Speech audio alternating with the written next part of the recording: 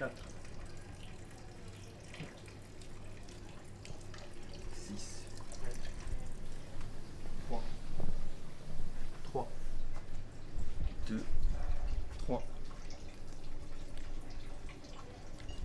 J'ai trouvé un forum qui s'appelle Art of Memory, à l'époque mnemotexis.org.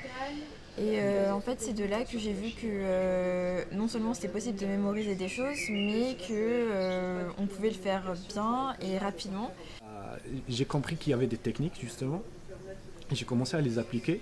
Et du coup, quand on voit que ça marche et qu'on progresse, ben, on n'a pas envie d'arrêter.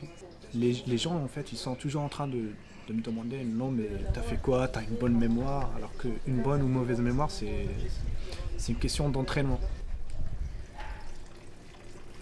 Aujourd'hui, nous sommes en train de préparer une compétition qui aura lieu les 11 et 12 mars prochains sur Paris avec l'International Association of Memory qui valide l'ensemble de la préparation et des épreuves. Et nous aurons une vingtaine de compétiteurs français et européens, japonais également, qui participeront sur 10 épreuves qui seront à la fois des épreuves auditives, des épreuves avec les spoken numbers, des épreuves qui seront plus visuelles avec l'épreuve de visage et de nom, des épreuves qui seront sur des mémorisations de chiffres. Pouvons-nous maîtriser notre mémoire ? Imaginez que l'on vous présente 52 cartes à jouer dans un certain ordre, et que l'on vous demande de mémoriser mentalement cet ordre et de le restituer verbalement. Le paradoxe réside dans le fait que certaines techniques de mémorisation découvertes dès l'Antiquité ont été largement oubliées au fil du temps. Françoise-Marie Thuillier est présidente d'Ars Memoria. De quoi s'agit-il et comment ça fonctionne ? C'est de se construire des chemins en fait dans sa tête et un certain nombre de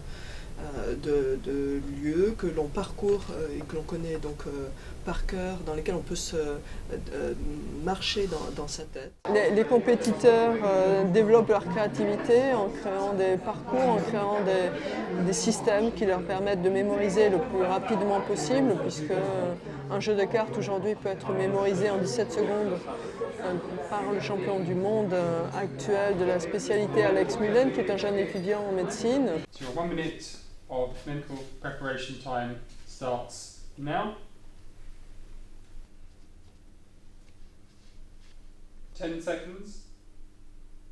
À partir de cette année, je pense que nous aurons une formidable équipe de France qui concourra aussi beaucoup plus fréquemment à l'étranger, puisque depuis quelques années, nous avons des Français comme Sébastien Martinez qui ont participé à des compétitions en Italie, en Espagne, Joël Lissardi qui a participé au championnat du monde 2015 en Chine, et nous aurons beaucoup plus de Français qui viendront là en compétition cette année disputer son titre à Sébastien.